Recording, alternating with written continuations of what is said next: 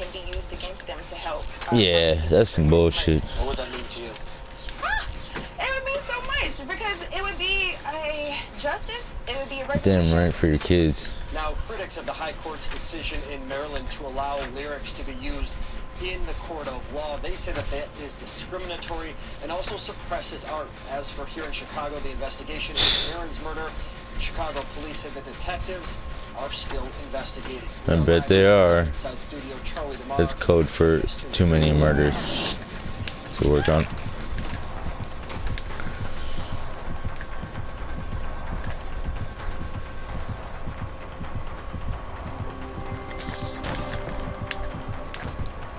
Came up short, huh? It's okay, it happens to the best of us. And her ex-boyfriend is the prime suspect. I'm telling the police, I'd really like for you to take a look at him. But without a body, is there even... You just fucked up by doing that. What's the crime? The only real clue is a set of keys. The trick for investigators is finding out which door they might open. The keys are a mystery. That's rough, bro.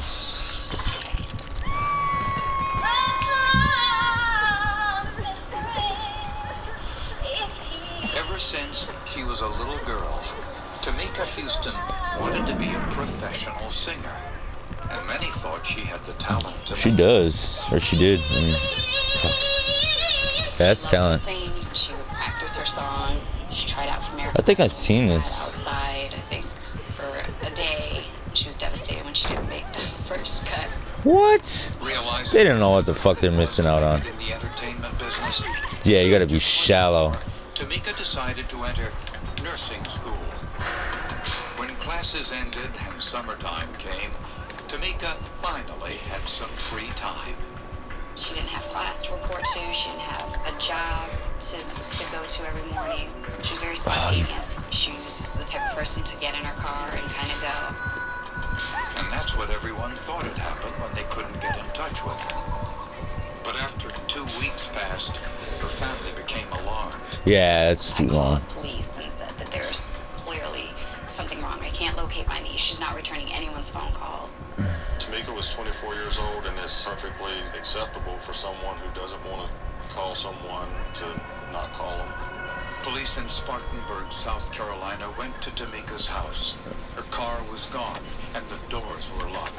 But they gained access through an open window. In the back room, police found Tamika's dog. I fucked it up for him, I think. A litter of puppies. Aww. All on the verge of starvation.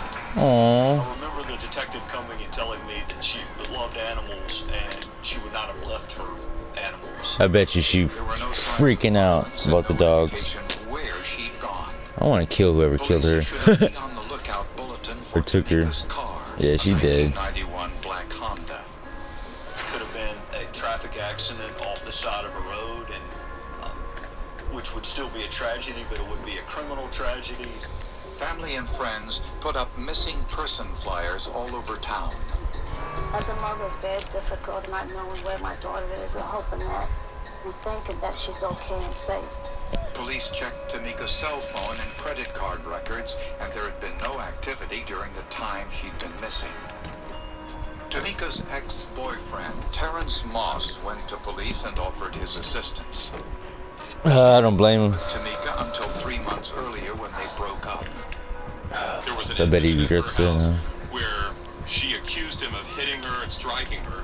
However many flares could go off in a law enforcement officer's mind, that's how many would have gone off with Terrence Moss.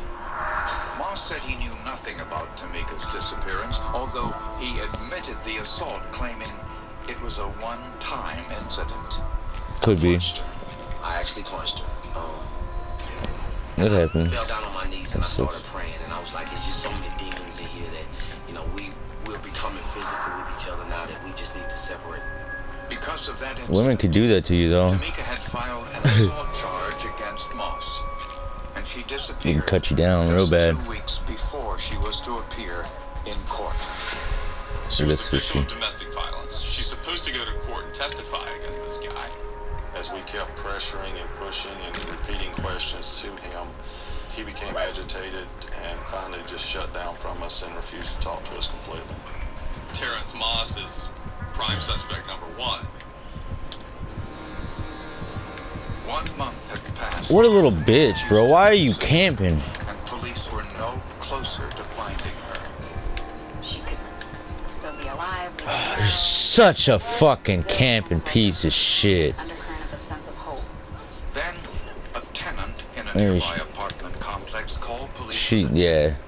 Flyers were distributed all over Spartanburg. Tamika Houston's face became very familiar to people in this area. A woman saw the flyer and saw the description picture of the car on there and said, you know, this looks like a car that's parked behind Barstow Apartments. And she was correct. It was Tamika's car, parked just 4 miles from Tamika's home.